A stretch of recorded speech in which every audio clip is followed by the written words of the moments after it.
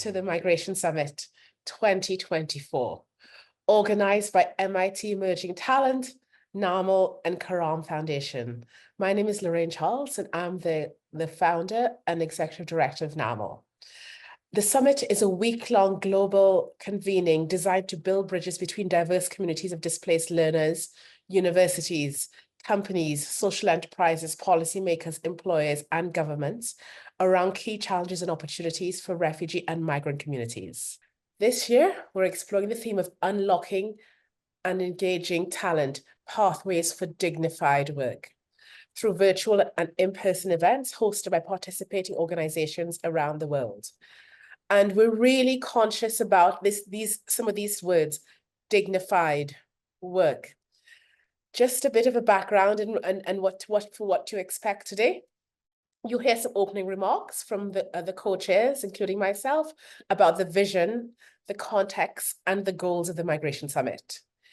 You will also learn about the key objectives of the summit, and we really want you to understand that we're here to shift mindsets and foster action and facilitate dignified work for displaced individuals. You'll hear these terms a lot: dignified work. This is very core to what we're doing. And we'll also present what's going to happen throughout the week. It's going to be an exciting week. We're very happy to have you here today. Join up, sign for other sessions.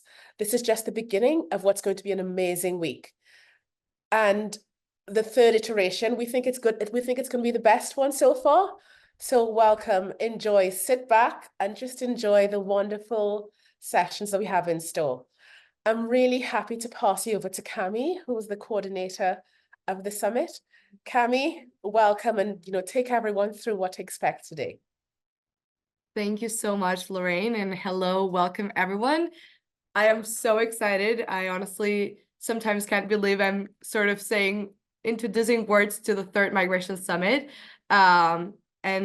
And really now we just want to honor everyone who has been part of the summit and part of this journey over more than 3 years. We have hosted the first edition of the summit in April 2022, then the second in April 2023.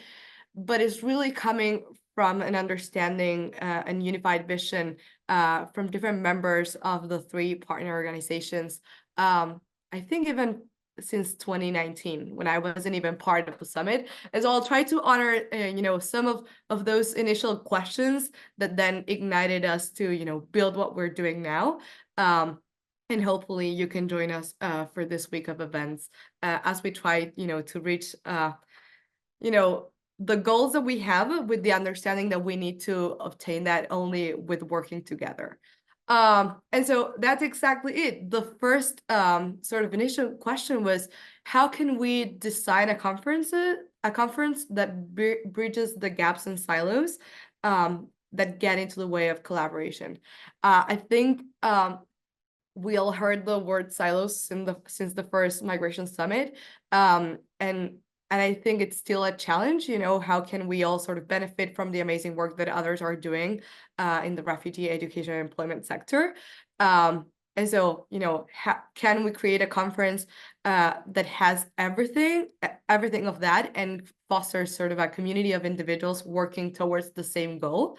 But not only sort of a community of individuals, but really like sparking connections, getting into conversations, sharing, inquiry, and also talking about the challenges, right? It's not everything is perfect, and it's really why we're building this.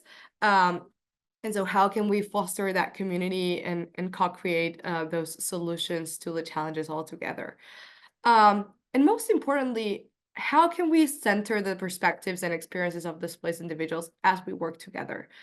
We at Emerging Talent, NAML, Karam Foundation have really the privilege to work with these communities and getting to know their stories. And, how can we showcase this to the world, and how can we hear from them to inspire and, ignite action? And so these were sort of the first questions so that we could foster a place that's accessible to as many people as possible. I'll tell you some of the numbers later, but I think we had more than 120 countries represented through attendees last year, which was super, super exciting. Also fully international, with the understanding that, yeah, we're doing this conference in English, and so that's already a barrier to some. But we really want to foster a place where everyone feels included. And so we will tell this a lot of times through the summit, but really feel free to just unmute yourself, ask questions, tell your story. Like, that's really what we want to see built through our events.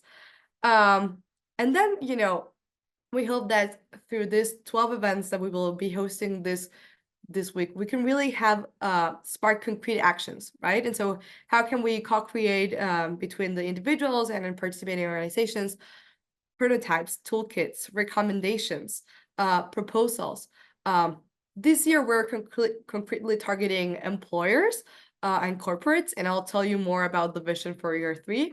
But this has really been something that we aimed since the very beginning, and that's why for the last couple of years, we developed extensive reports that we're founding from what we were hearing from the community, from the global community.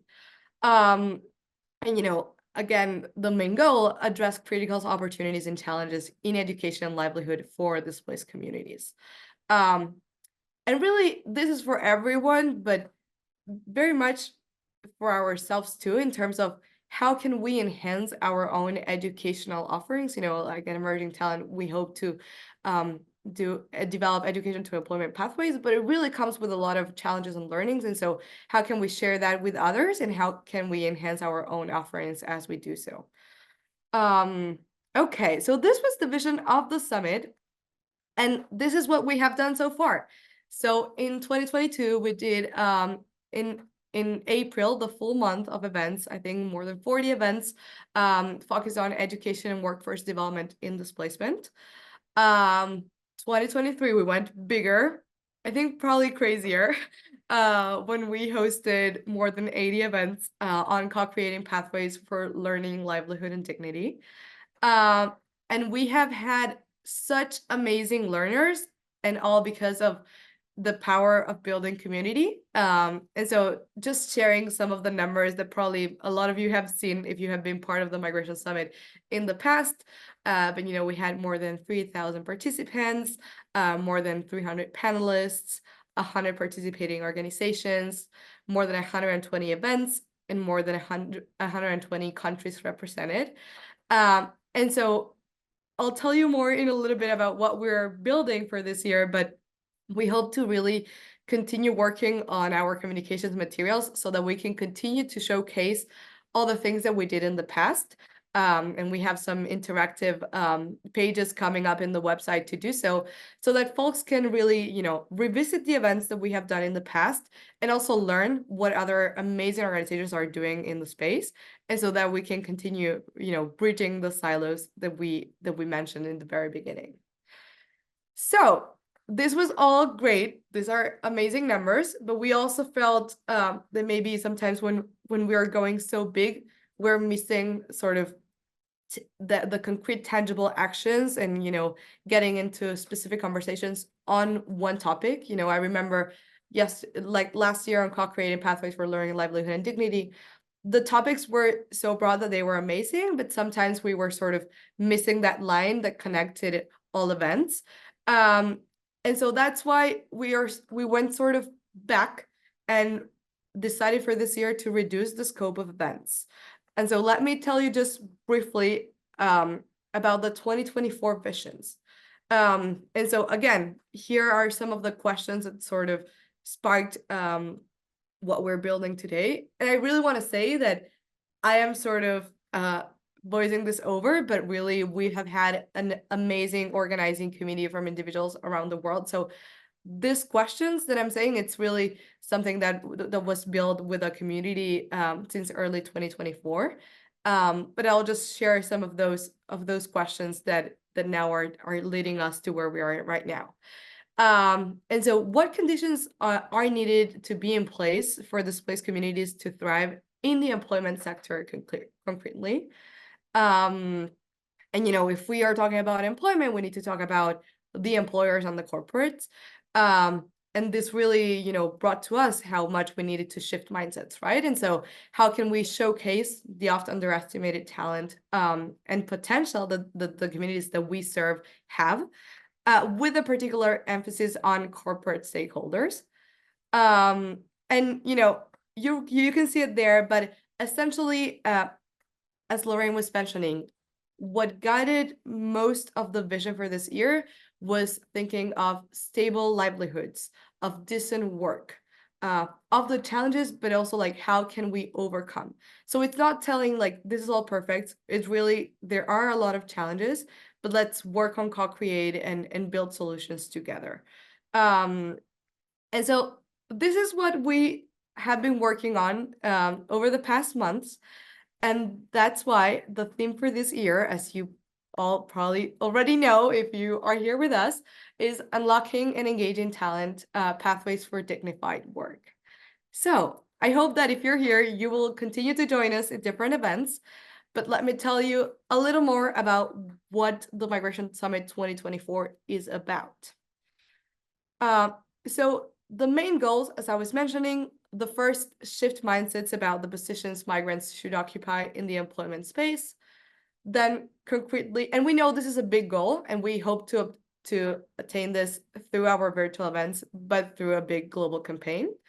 Then spark actions that will grow the pipeline pool of career opportunities for these displaced communities.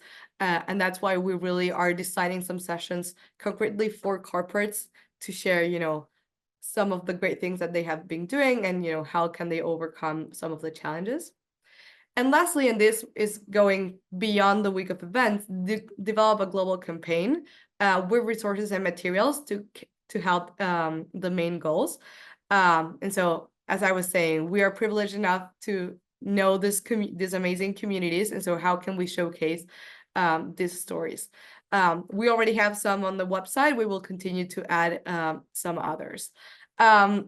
So as I was mentioning, June 24th, so today until this Friday, we will have 12 virtual events. You can see our agenda, but we really have a lot of topics that are being touched. And since we needed to, reduce the scope of events, we were trying to be careful on including all the important topics when we talk about dignified work. And so digital livelihoods, skilled migration pathways, refugee rights, sustainable employment pipelines, digital platforms, entrepreneurship, impact outsourcing.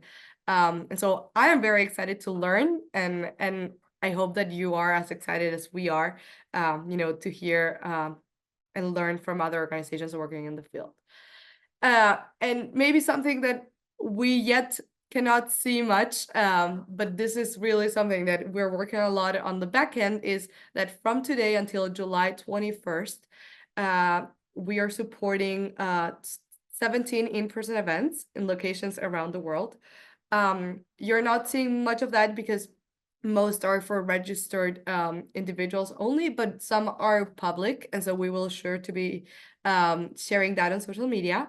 But really all over the world, Spain, Malaysia, Mexico, India, Kenya, Uganda, Nigeria, Turkey, Cameroon.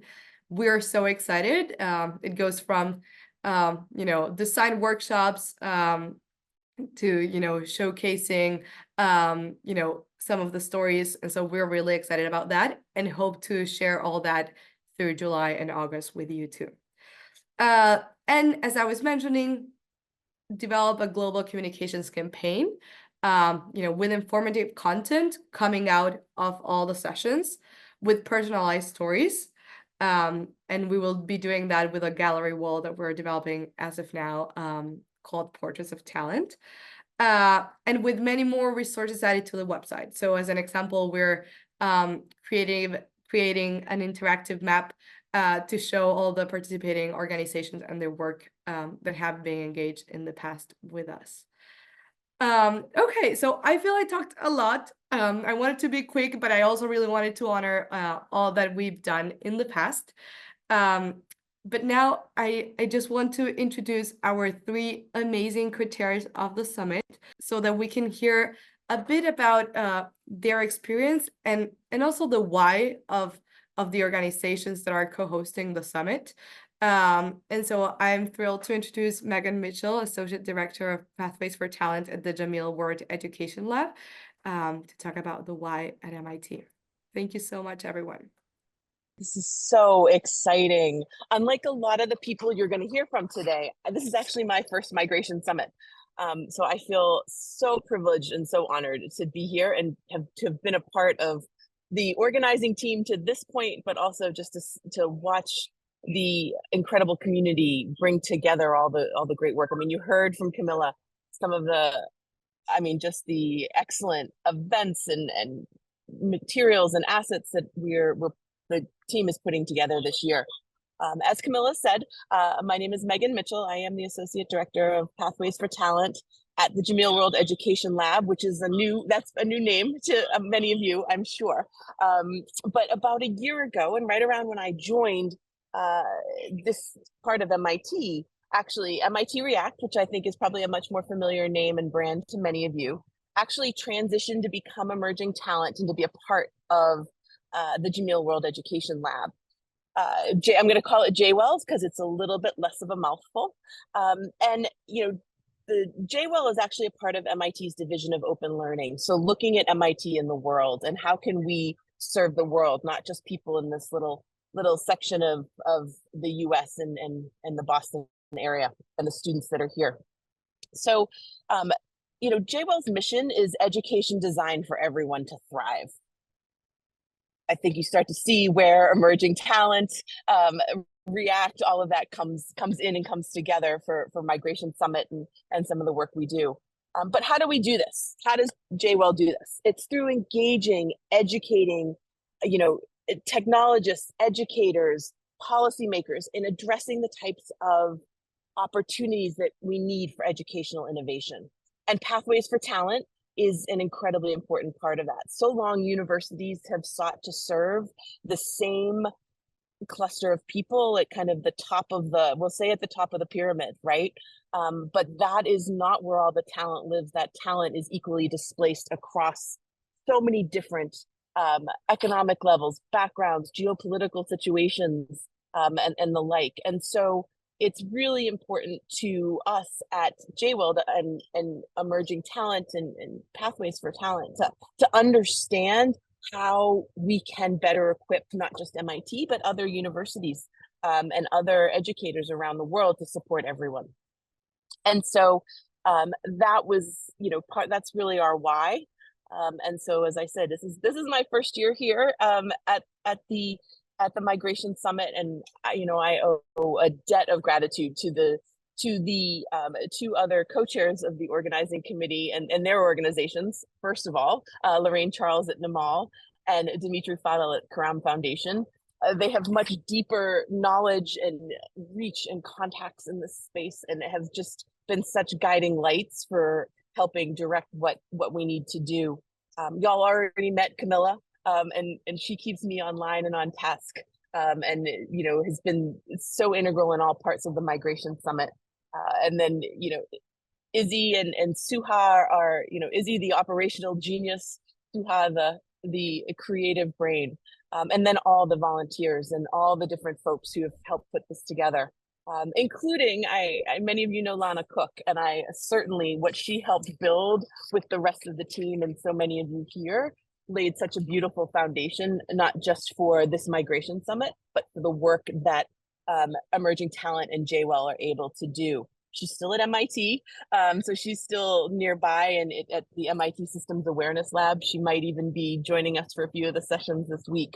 And in fact, has a paper coming out from last year's Migration Summit around expanding legal representation of immigrants. So there's a lot of people at the forefront in the background and all a part of this, but really I think what we're all committed to is this idea that it is talent that is ubiquitous and it is all around the world, and it's just the access and the opportunity that is not equal. And we, beyond just the learning and the education and the training, how can we bring people forward and into the global mix from an employment standpoint, from an economic generation and wealth creation standpoint. So I am thrilled to be here. I feel so privileged to be a part of this group, to be here sharing this space with all of you, and really just to create together and build on what's already been just an incredible experience. So let me now turn it back over to Lorraine, who you heard from a little bit at the beginning. Lorraine, can I turn it back to you, the executive director and co-founder of NAMAL? Thank you, Megan. It's very hard to follow after Megan because she is very inspirational. I have learned a lot from you, Megan, since we've known each other for the last year. And as Megan says, you know, at the beginning it was me, Dimitri, Lana creating this. And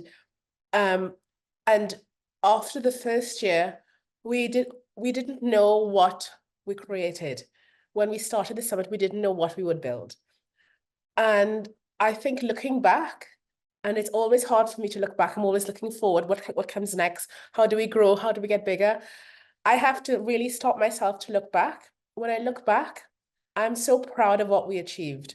I'm so proud of the community we've created. I'm so proud of everyone who every year want to do this with us, who want to be part of this community, who every year they turn up and say, what can I do? I want to be part of this. And when we created the summit, one of the goals, as Cami says, is to break silos. And often in the development space, in the humanitarian space, it's very much focused on the global north, what I call the global minority. With the global majority, the global south, to many others, often excluded. And when I talk to my team, I always talk about how we have to decolonize our minds. So for here, we're trying to decolonize the space. How can we shift the focus to where the issues can be solved? These are where the problems happen, but these are where the solutions also lie. So how can we shift the narrative, break down silos, and create a system that's more equitable, equal, and decent for everyone? And when we came about the idea to create the theme of dignified employment, decent work, for me, this is music to my ears. NAML focuses on decent digital employment for refugees. That's the core of what we do. We don't do many things. We do one thing and we do it very well. How can we create pathways to employment for people who have the talent, who have the skill, but just not the opportunity? And that's what NAML does. We support refugees, and you'll hear from some of our learners later on, who I'm so proud of. We create opportunities for the talent who don't have these opportunities. We all know how do we get our first job? I didn't get my first job by applying for a job. I got it through my networks. All the jobs I've gotten so far, I've gotten through my networks. And this is one thing that prevents refugees and other under-resourced communities from getting ahead. They lack the networks, they lack the social capital. So what we want to do, and both MIT Emerging Talent and Karam Foundation, we all have that same focus of increasing social capital for the people that need it, for the people that deserve it. We want to reconstruct the way people view the global majority. Right now, the world is very much focused on Europe, North America, but that's not where the talent lies. That's not where the future lies. The future is Africa. How many, and all of you here, I know there are many of you from Africa here. I believe the future is Africa. Might be controversial, but that's what I am seeing. Every time I go to Kenya, I see that. The future is Africa. The future are communities who were not given representation, who were not given voices. And this is what we want to do in this summit. Shift the focus, shift the narrative, include everyone into the conversation, because you deserve to be in the conversation. You deserve to be heard. And one last thing before I finish, just to reposition why this theme is so important to us at NAML. We make a habit of hiring the people that we train. So right now we've hired 2 of our alumni from Ethiopia who just graduated in April. We hired them for the next cohort. We also, our first alumni that we hired was a joint alumni of MIT and NAML. He now sits on NAML's advisory board. So we can do it. We do it. We believe in this talent. We believe in their skills. We believe in what they can do. And they have never disappointed us. Not one single day have they ever disappointed us. So we want to continue to showcase how amazing they are, showcase just what value they can bring, and create a more equal and equitable world. Equality and equity are quite different. We want to create a more equitable world where people are viewed not by what they look like, not by what they sound like, not by their passport, but by their skills, what they can do. So I'm going to leave it here now and introduce you to Dimitri, my co-chair, and also a dear friend of mine, who we've had lots of laughs and lots of tears together over the years. So Dimitri, from Karam Foundation, Dimitri, welcome, and over to you. Thanks, Lorraine. Welcome, everyone. It's great to be back at the Migration Summit. It's unbelievable. Megan, Tammy, Lorraine, we're back here again, and it's awesome.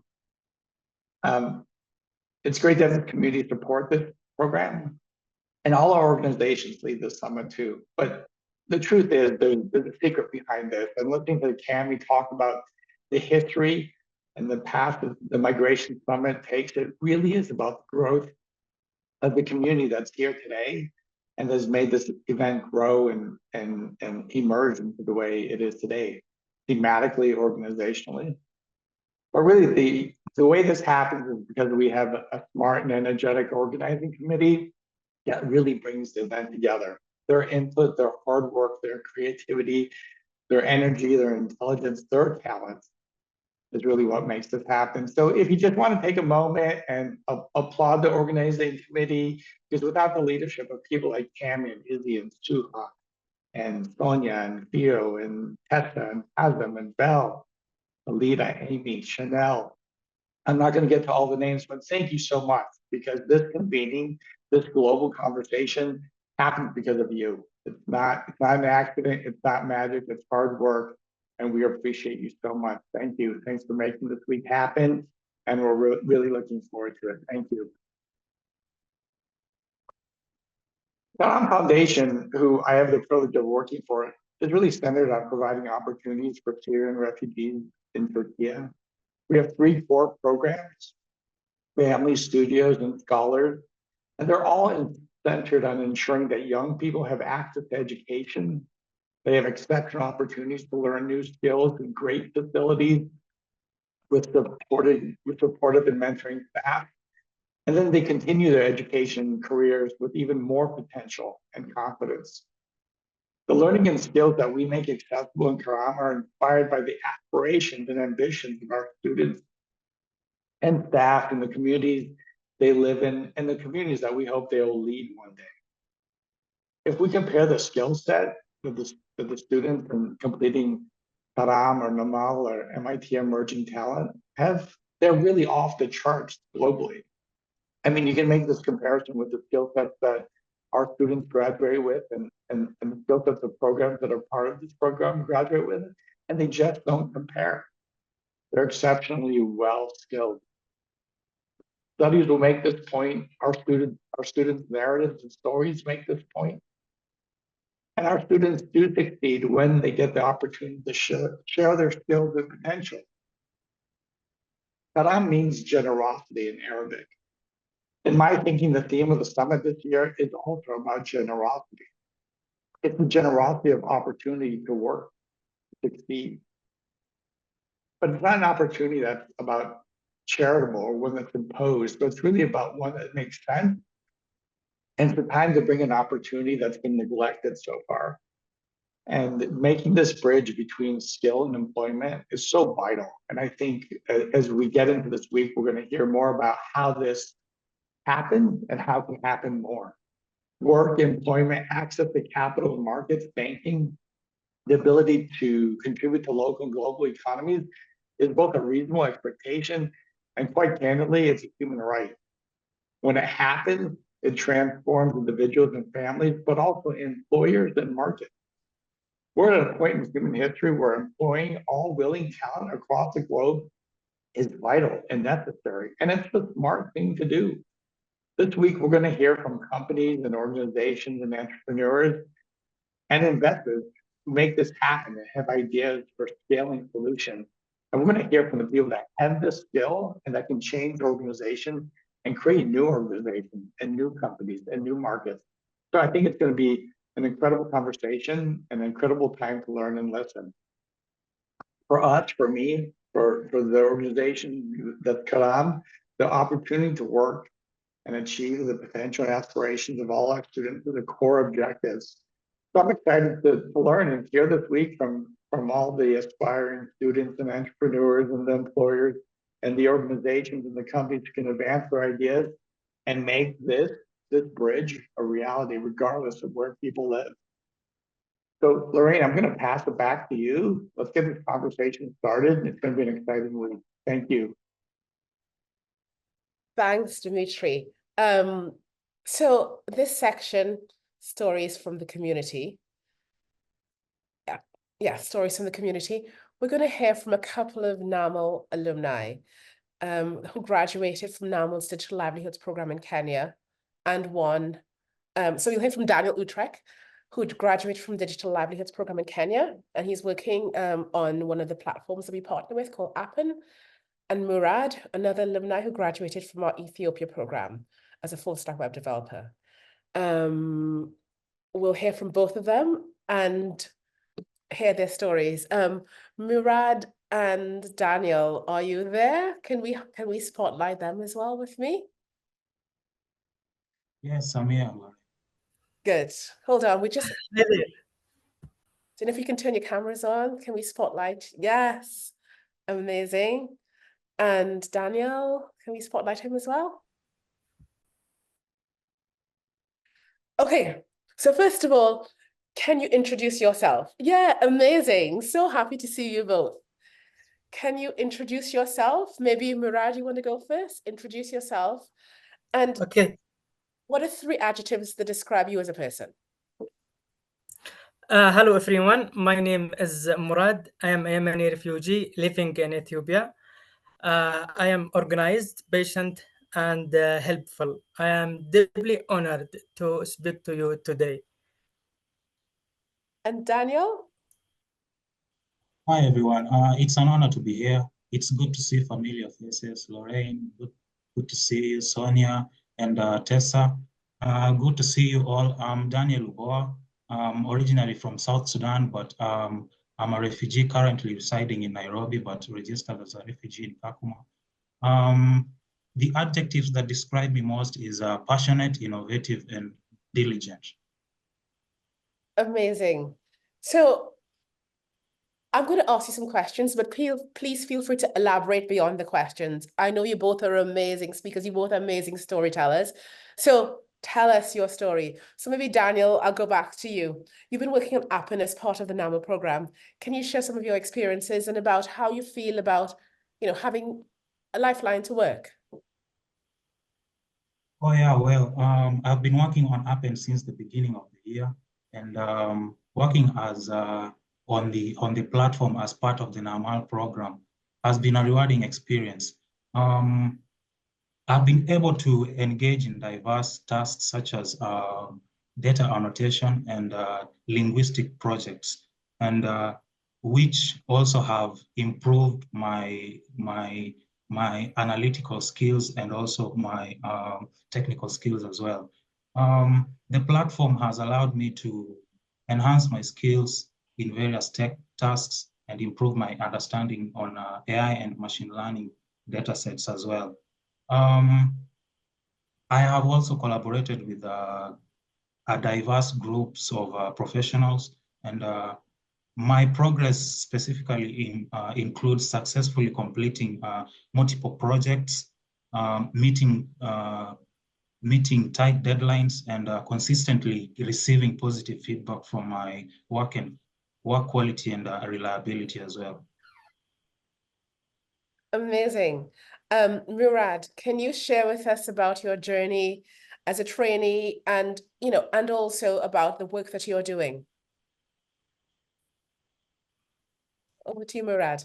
Okay, yes. In 2023, I was lucky to be one of a student who's, joined Namal dot project in Ethiopia. It was amazing project. It's about full stack web development. It was my dream. It's like dream come true. So the program is about start from the beginning, so from the basic things and until we get to advance. So until we get and I created right now a different kind of project like e-commerce and social media projects. It's a huge project. I never ever thought about creating a project like that. So right now I want to say thank you, Namal, for that, for everything you've done. So besides that, it's not just the technical skills. Besides that, I get the soft skills from solve problems, communications, and different kind of technology. Beside that, and the last things that I get from that project, I get a board, and as I said before, I am a part of a ban platform. It's amazing. So it is like easy job for us because we are a refugee, we are vulnerable, we cannot get a job in the market. But this one, it came to us like in the right time. As you know, it is a different kind of job from evaluation and different kind of project in this platform. But as we sign the agreement, I cannot go deep in the details what we have done with this platform. But it from the platform, my family. Thank you so much, Oh, Murad, I think you're breaking up a bit. We can't hear you anymore. Okay, Murad, I think you're broken. So this is one of the challenges that we face. Sometimes connectivity isn't ideal. So when we talk about refugees working in the digital economy, sometimes the connectivity becomes a problem, but we always find ways to overcome it. Maybe Daniel will come back to you, and then we go back to Murad. Can you tell us, in your opinion, why do you think it's necessary for refugees to have better access to work in the digital economy? We know what it's like now. Why do you think it needs to improve? A couple of reasons to do that. There are very many aspects of refugees that we can exploit so that they would at least be able to fend for themselves. One of them is giving them fair wages and economic stability as well. As refugees should also receive fair compensation for their work that is comparable to local standards. This allows them to achieve economic stability and support themselves and also their families as well. The other point is legal protection and rights. Refugees and migrants must have access to work permits and also protect them from labor laws, just like any other worker. And this includes protection against exploitation and discrimination, and abuse in the workplace as well. The other point is inclusivity and also providing them with a respectful environment to work. As a dignified work experience involved inclusive culture where refugees are respected, their culture differences are acknowledged, and they feel valued as team members of different organizations and projects that they work in. Last but not least is the opportunity for growth and development as well. Refugees should have access to training and professional development opportunities. This includes the chance to improve their skills, advance their careers, and move into positions of greater responsibility so that they could also be involved in the development and contribute to the productivity of the world at large. Thank you. Amazing. Thank you so much. So much food for thought. This is one thing we're definitely going to keep on sharing, reminding ourselves. Decent work is very important. Protection, non-discrimination. Really, you said such important things there, Daniel. Thank you so much. What about Murad? Do you have anything to add? What do you think is needed for refugees to have better access? Okay, so beside my coworker said, we need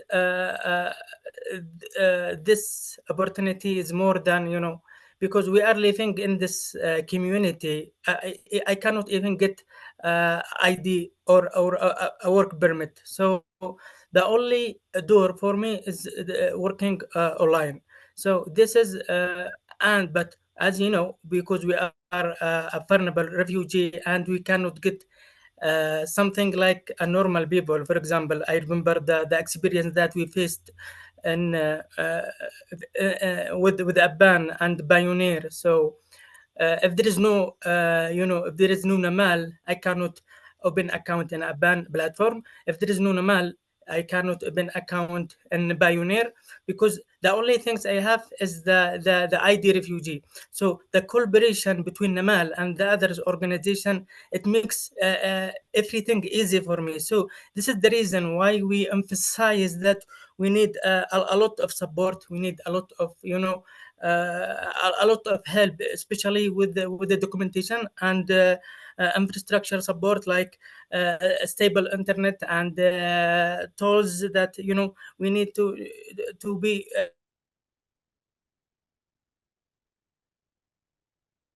Okay, Murad, we've lost you again. Oh yeah, Lorraine, just an addition. I've just remembered a point about refugees' access to digital economy. One of them is providing them with psychosocial support, and I would like to expound on that if you'll allow me. Yes, please. Yeah, refugees face numerous challenges that can hinder their access to digital work, and providing psychosocial support in particular is crucial in addressing these challenges and enhancing their ability to participate in the digital economy. There are various key points that I explain why the psychosocial support is very essential to the refugee community and migrants as well.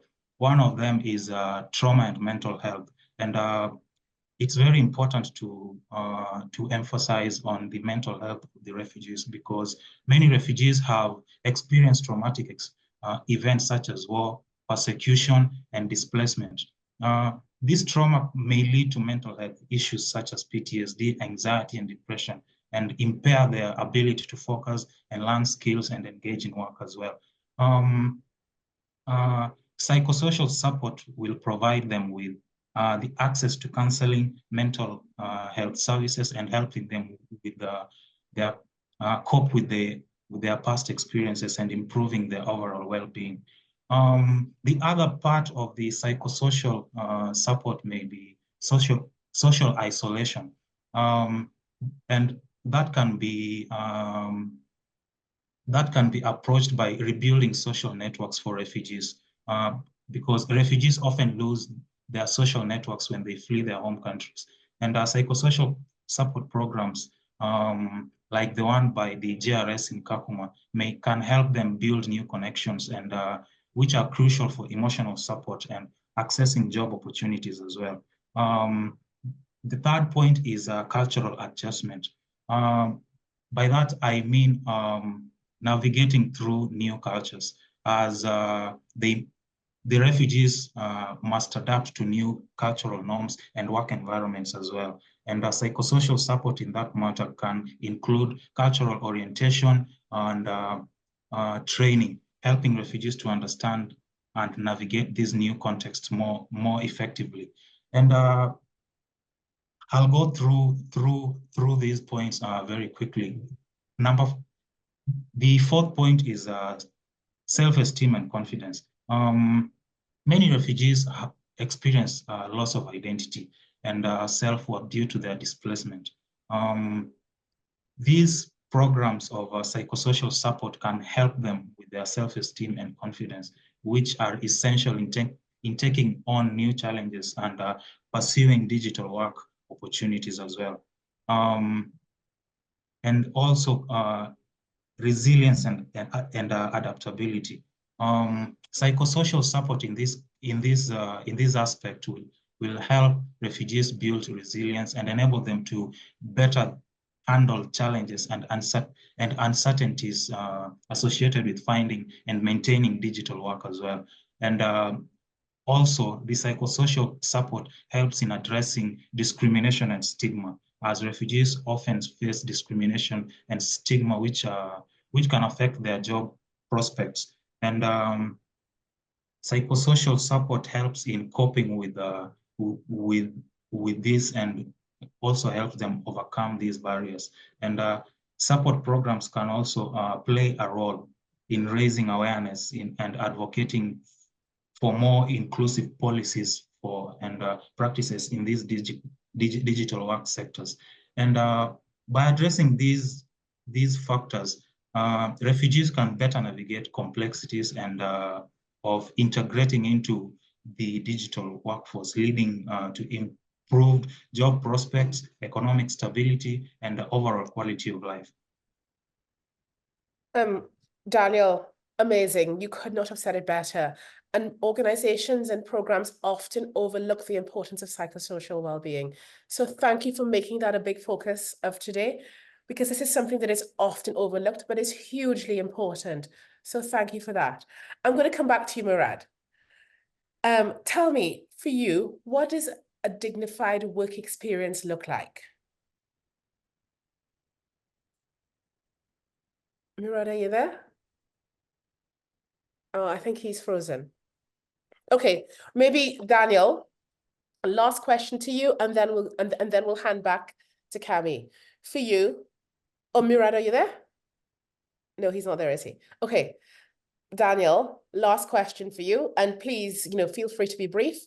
What does a dignified work experience look like for you? A dignified working experience might include several aspects that may include some of the points that I've just stated previously, but the other part is the recognition of qualification and skills of refugees that they often possess, and the valuable skills and qualifications from their home countries, because in some refugee communities, some of the refugees might have studied in a different language. Like, for example, refugees from Congo study in French, but when they come to Kenya, they'll have to join the education system in Kenya in order for them to be able to work in Kenya. And by that, I think it would be good if their qualifications and skills that they brought from their countries are recognized in where they are. And also, the other part is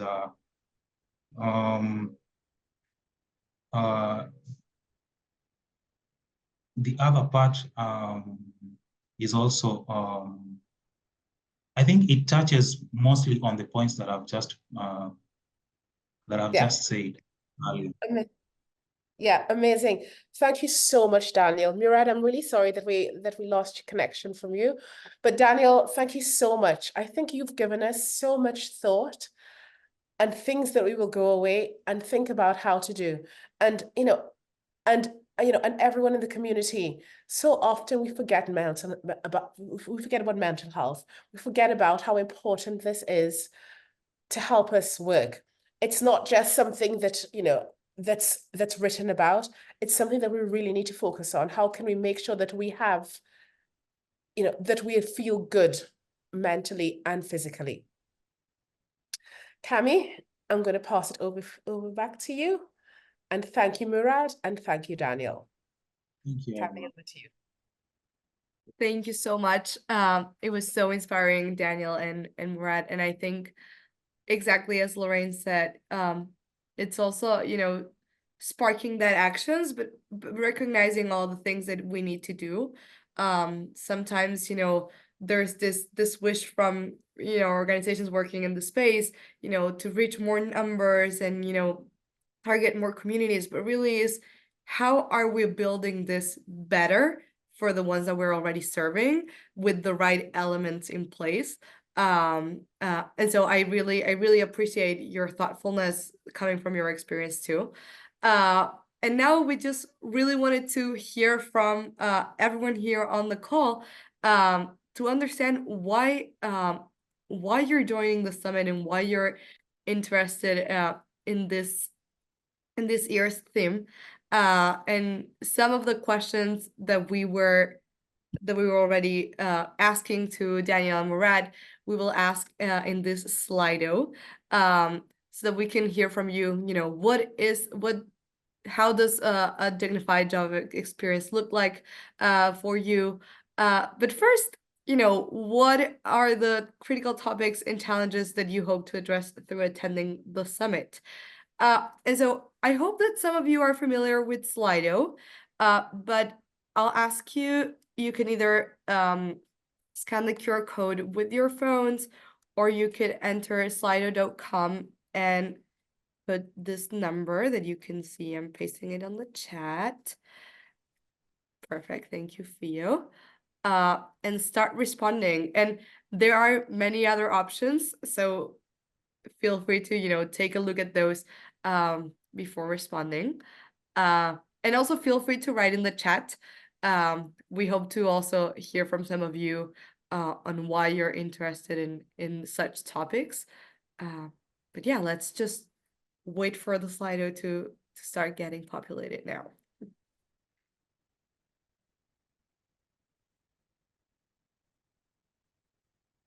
Good. Thank you, Kanye. And now waiting for everyone who just joined us. Please check the link of Slido. We're doing interactive engagement for what are the biggest challenges or critical topics that you hope to address by attending the Migration Summit. And you can use the code. It's so nice to see live interaction with all the attendees, and especially that it's a global, we're coming from all over the globe, and it's nice to see what we're hoping to focus on through this week. Yeah, and so we'll wait for this to continue to get populated, since we have a lot of attendees for sure. I have to say, just a quick insight, I'm actually surprised I don't say anything on AI and migration, since AI is such a hot topic. Maybe you're just like not scrolling down and seeing all the options. Just an interesting insight for sure.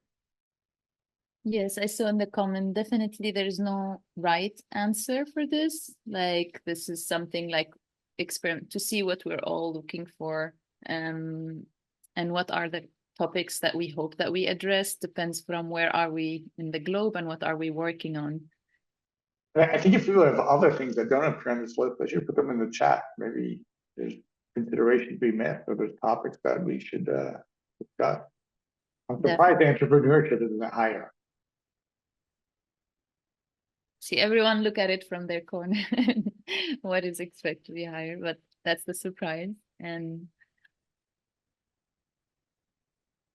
it's very nice to see a lot of engagement. If you're facing any technicalities for any reason, you can write it down in the chat. And this is ongoing conversation that we hope to hear from you here on social media, by email, like any way you feel like reaching out to us after the session as well. We know there's a lot to think through. So we hope to hear from you through this week in different ways.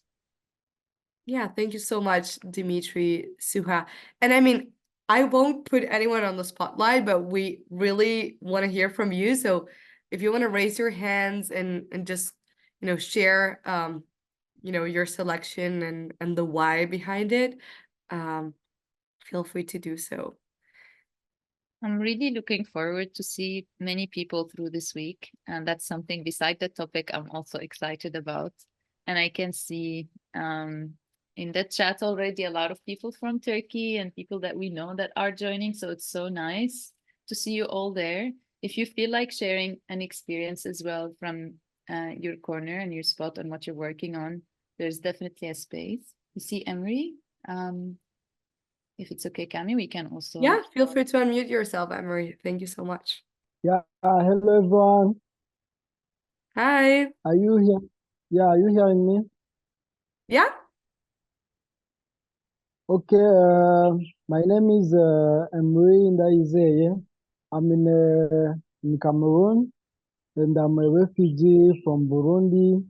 I'm a founder of Hope Innovation Hub, and I choose entrepreneurship because I think it's a real solution to refugees, because most of the countries like here in Cameroon, even the people from Cameroon, they don't have access to jobs. But see, I come to see that the best ways to help refugees with opportunities, developing skills, starting their own business. So that's what I'm doing with my association, to see how we can support small, support refugees, to tell them to build their own business, because if you have a skills, no one will see that you are a refugee, you are a salam seeker, you are a migrant. For example, my story, me, I work here as a photographer, videographer. I do a lot of jobs with Cameroonians, and they don't even know that I'm a refugee. That's an example.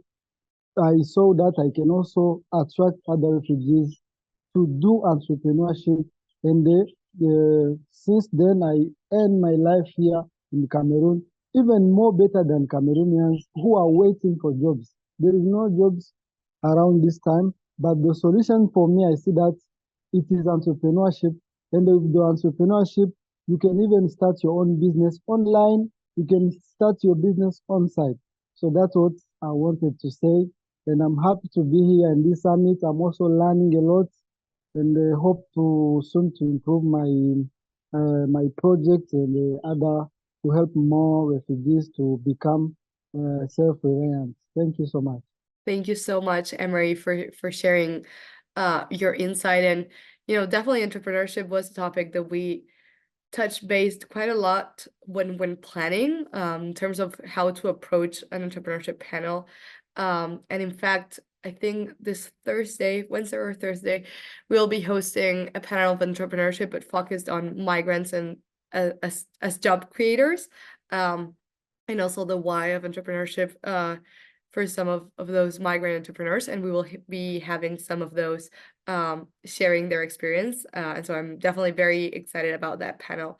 And since we know that we will have a lot of different perspectives, and that's, what's really valuable about what we want to build. We do have a couple other questions here on the Slido. So unless someone wants to raise their hand and also share their insights related to the critical topic they are choosing, I can move on. But I'll wait a little moment. Is Richard? Yeah, welcome, Richard. Go ahead. Yes, Richard Rowe. I'm working with Open Learning Exchange in Guatemala, and we're trying to address the root causes of migration, and what are the things that can be done to enable people to thrive within their community. And my background is in psychology, so I start out with the assumption that everyone in this meeting and the rest of the world needs three key things. They need a sense of agency, that they're not helpless. They need a sense that they are doing something that is meaningful to them. And third of all, that they are not alone, that they're connected.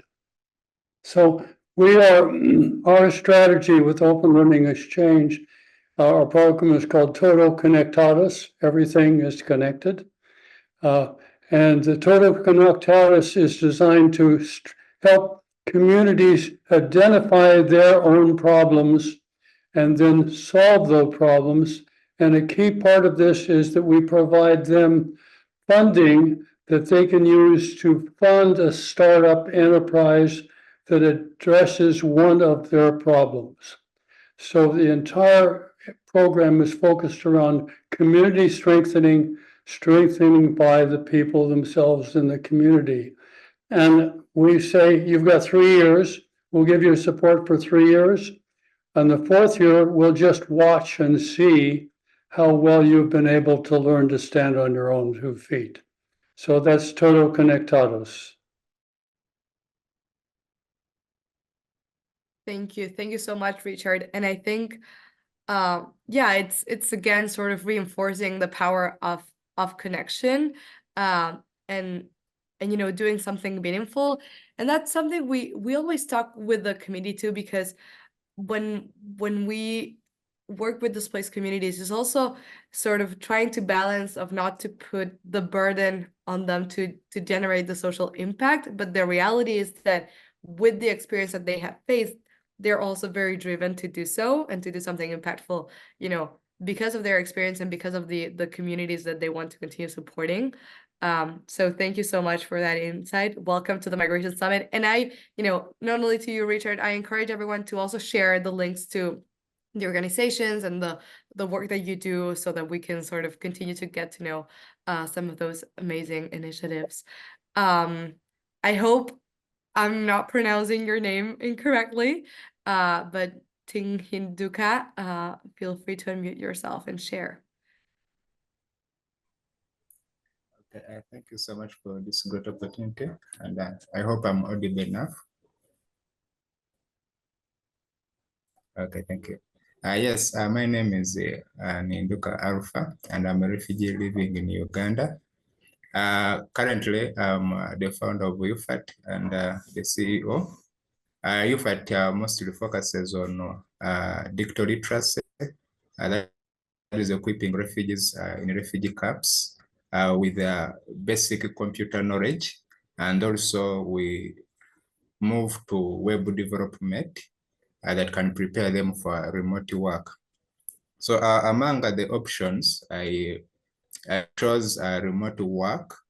This is one of the greatest opportunity that refugees, most especially those ones living in refugee camps, can have a great opportunity too. This is because if you look at the remote setting, it is much easier for them to do the connection that is most especially needed in the worker environment, which is limited to others. Like if you look at here, refugees who are living in a refugee camp, most especially they are more far away from the cities. And this becomes a great challenge for them to get connected or get connections for the opportunities that are within the country. So that is one of the things. If you look at remote work also, on the other hand, there is no restrictions that are concerned with their work permit and all of that. I happened to get a chance with one of the USA-based company as a web developer. And if you look at all those limitations that were there, I couldn't get limited to them.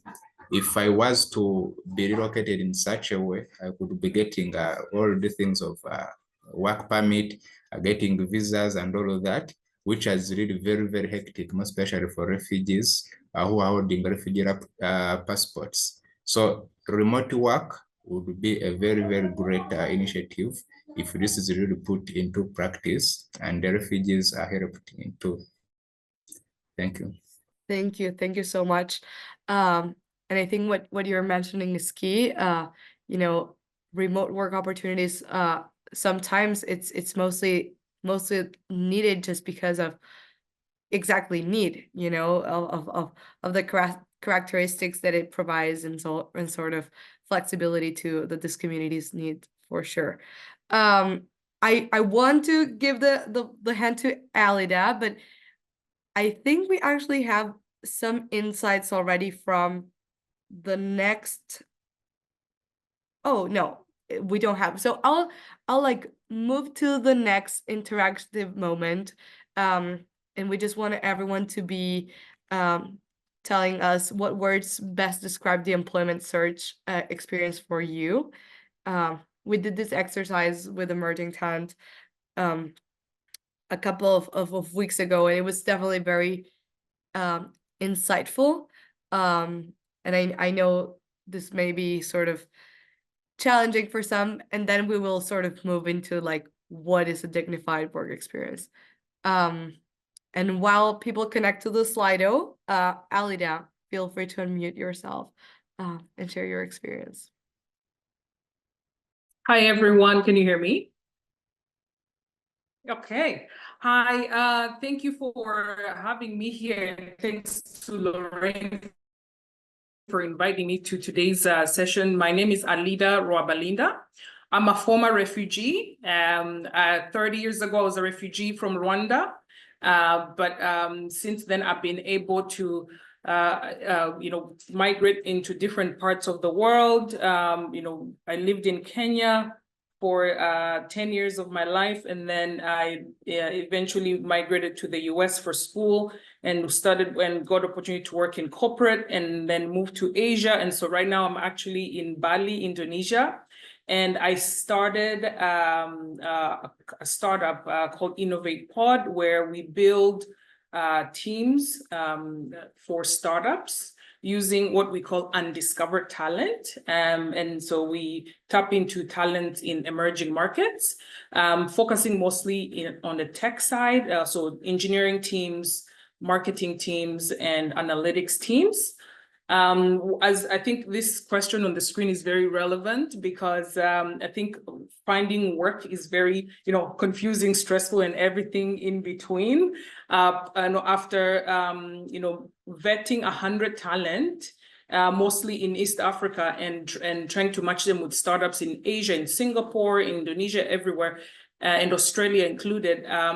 It was very, we discovered that beyond having the technical skills and the soft skills and everything, there's also a need to consider the work culture, which is so different. Like if you're trying to work remotely, those things really, it's not easy to explain, right? And the caliber that's expected usually differs. So there's a lot of need to emphasize some of the capacity that needs to be built to manage that work culture. So somebody in Europe may be very much willing to work with a talent that's, let's say, in Kenya, but just that work culture difference may actually make it even harder for them to spend that time to train and so forth. So what we're doing for us is actually reversing it. So I'm a combination of entrepreneurship and bringing in providing opportunities for talent. We're actually launching a global residency program where we find folks that are looking to start their startups, but there are more people that have funds. So people from corporate who've been working for 15, 20 years, they've saved up money, but they really want to pursue a career change. And they're looking to build their first product, but they're on a budget. And so what we're trying to do is actually create cohorts and take them to the talent. So the talent, essentially, we set them up wherever they are. And through the vetting, we're able to build those engineering teams, those marketing teams. And these folks are able to come, and it's not just them building their products, but they're also able to have that local experience and appreciate where the talent is. So that's something I wanted to share, because I think, with all the different complexities that come with being a migrant, a refugee, I think trying to find different, some different ways to be able to support the talent but by minimizing all the the typical constraints we have to deal with migration. So thank you again for having me here, and looking forward to learning from everybody else. Thank you, Alida. Thank you so much. It's also like while you're talking, I'm looking at the words and how it's building up from, like, it's really syncing together in a way. How we're expressing about job experiences, and so I think what you're also working on is very important in that field. Is there something you would like to share from your end on what is possible to change in recruitment processes that can make them more dignified for migrants and refugees? That's a question like for everyone, of course, but because you were sharing also from your end. So it's something we're also thinking through. What should we, if we want to send a tip, for example, for HRs working, what should they keep in mind as we see that people applying with stress, with anxiety, with what do you have, if you have something, of course, on this, that would be interesting. Yeah, sure. Yeah, actually, this past month we just matched 21 talents with different companies including in Asia and Europe, and some of the key things that came up was the need for us to actually spend more time explaining about this whole idea of working remotely, the like remote etiquette, digital etiquette, because those are things that we may assume that everybody knows, but for some people, really, those are, the fact that if I have a meeting that's recurring that has to take place every Wednesday, that I have to remember to attend that meeting. Nobody has to come and remind me. So it's just small things that actually add up, particularly because we're looking to build trust. Most of the time, you've never met the other person on the other side. And so you're trying to, facilitate some the small things to be able to then remove those, and they can focus on the work. So for us, I think it has been really focusing on, yes, the soft skills, but digital etiquette, making, and also that work culture. We actually use this, I think, this tool that gives you a work culture map where you see like a European or somebody of European descendant tends to be more of a low context nature. So you can give them instructions like, just high level, and they're able to take it on to the next step. Whereas folks that at least the talent that we've been working with, they tend to be high context. So they tend to really need very specific details, almost like at the task level. So that's something that we like to include as part onboarding for clients, to make sure that they spend that time to provide extra information. I think I had something else in mind, but I'll probably share with you maybe some more. But there's a few very tactical things that have been very useful for us that help the talent and the client. And so we try to, the other thing is role playing.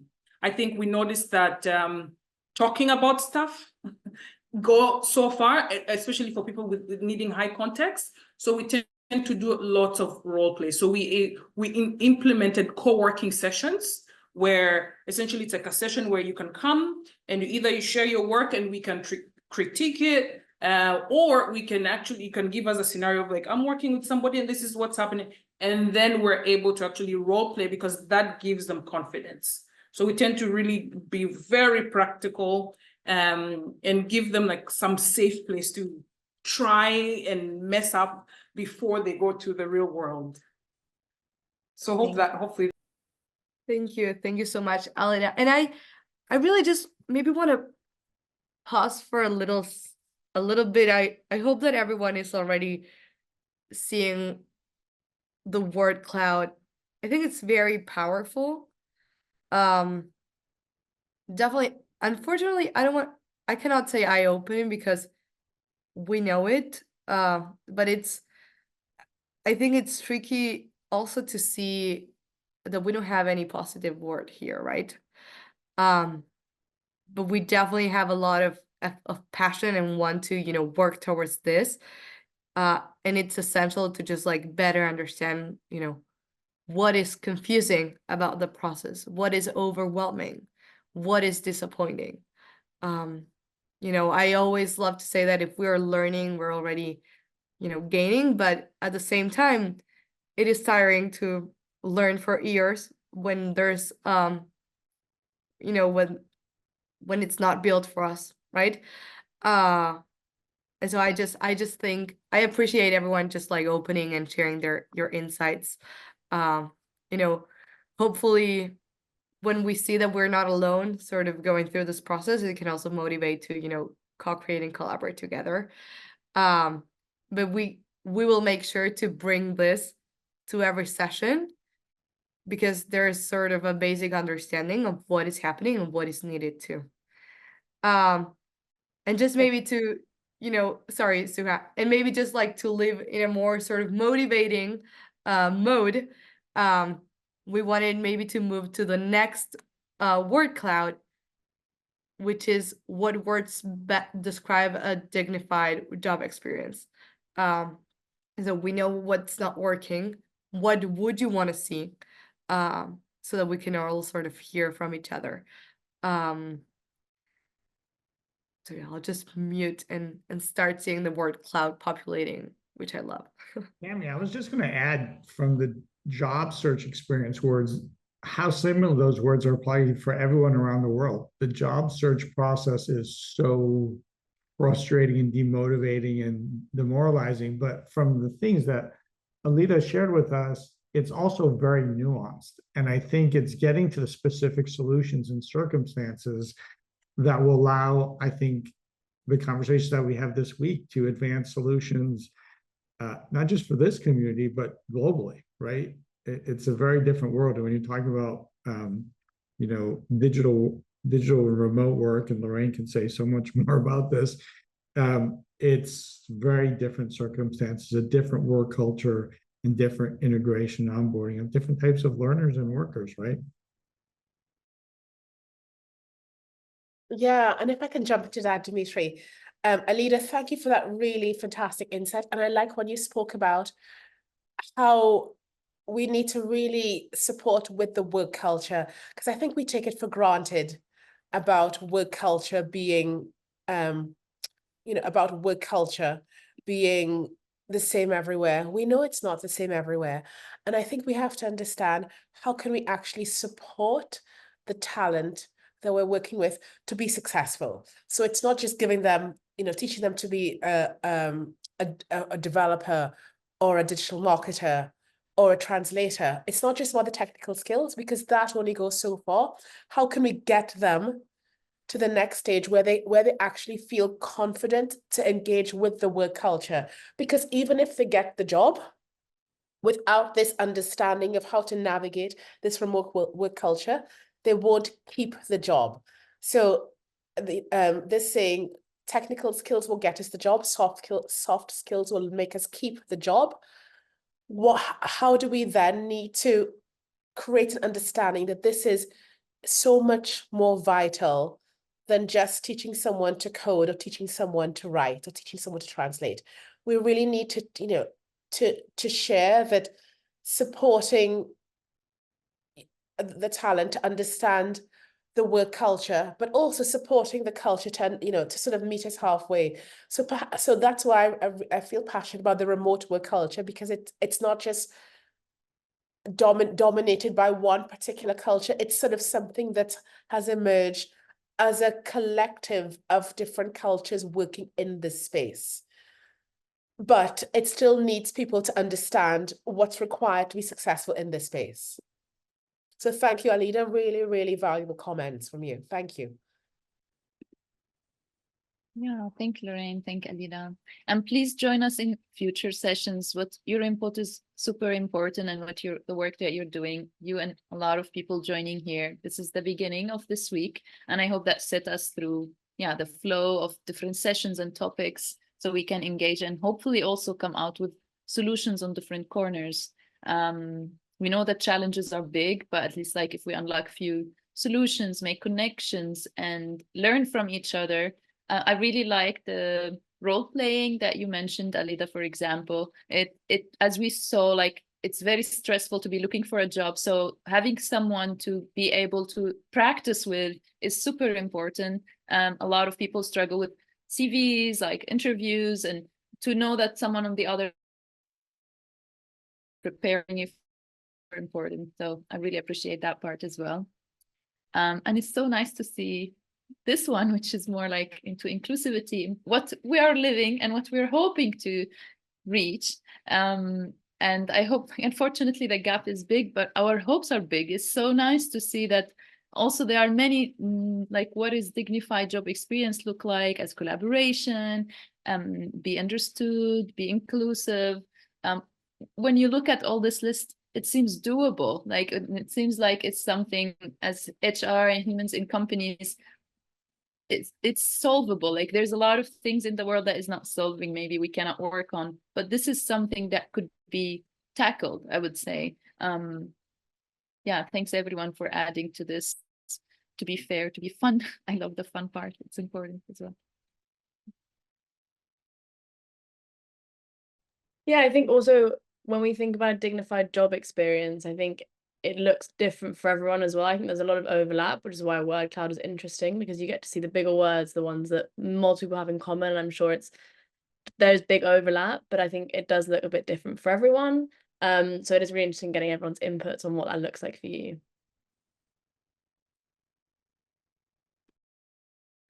Quick question for the people with us also, like not as a poll, but any of you actually having a good job experience, and where is that? Like you can also share. Like I know that personally, to be honest, right now, like working with the migration zone, it is a very positive, inclusive working experience. It is also a community that is building and growing.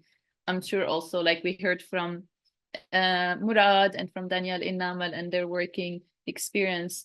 So I'll just to know, like, it's not, if there is some possibilities for more inclusive spaces. I'm sure Alida also maybe members in your community could have some input. But if you had that, and it's good to help us imagine how to go there, like, or where is that? Arzu, I think also share where your organizations are, but what exactly is it that makes that organization so incredible and so inclusive? Arzu, go ahead.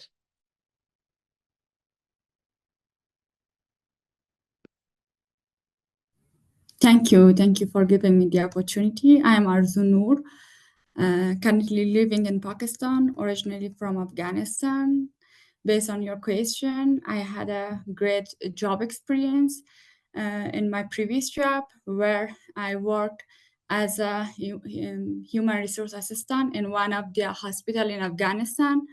And the team that we had was very great. We had a great collaboration. It was so ethical, and I received lots of innovation from my team.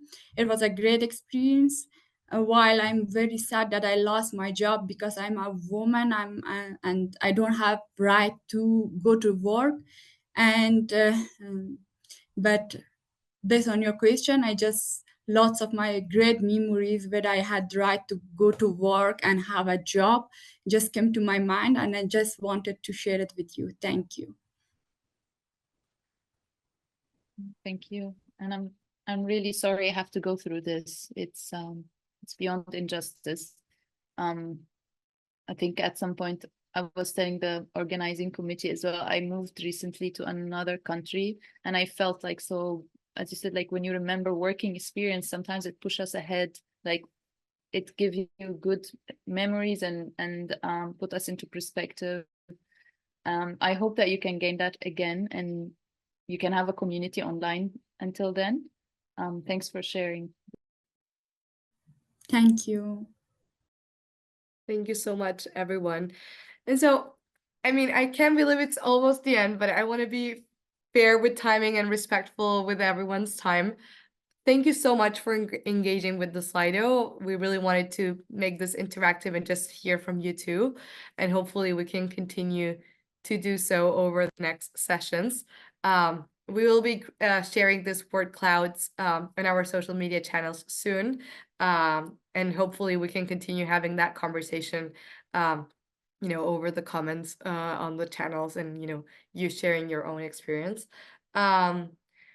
We do have a couple more minutes.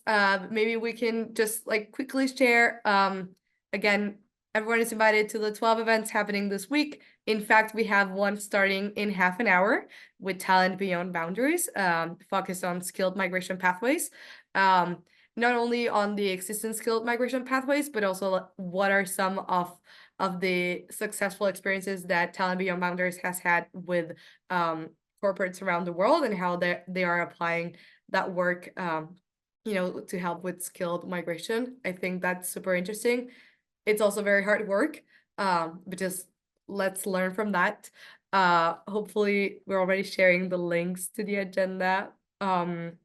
But we'll do that in a second.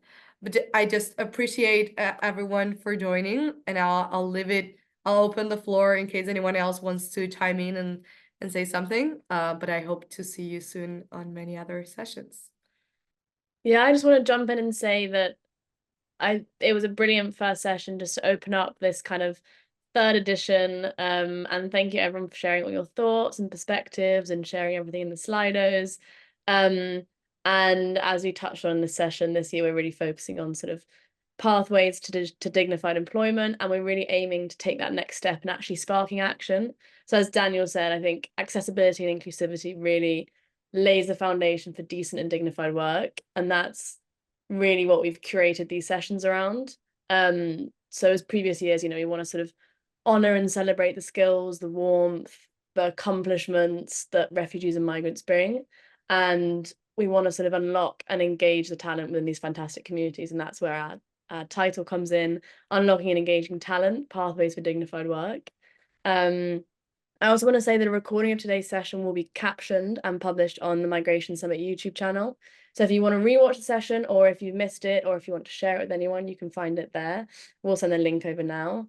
And yes, as Cami said, please share any additional thoughts. Otherwise, we'll see you in the next session at 11 a.m. Eastern Time.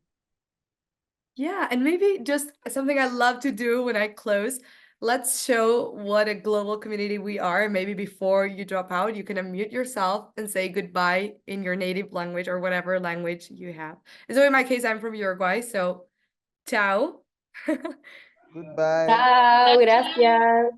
Hafiz. Paint Pavel. Salam. Right, it's been a pleasure to have Wonderful. attended this incredible meeting. Thank you. Bye, everyone.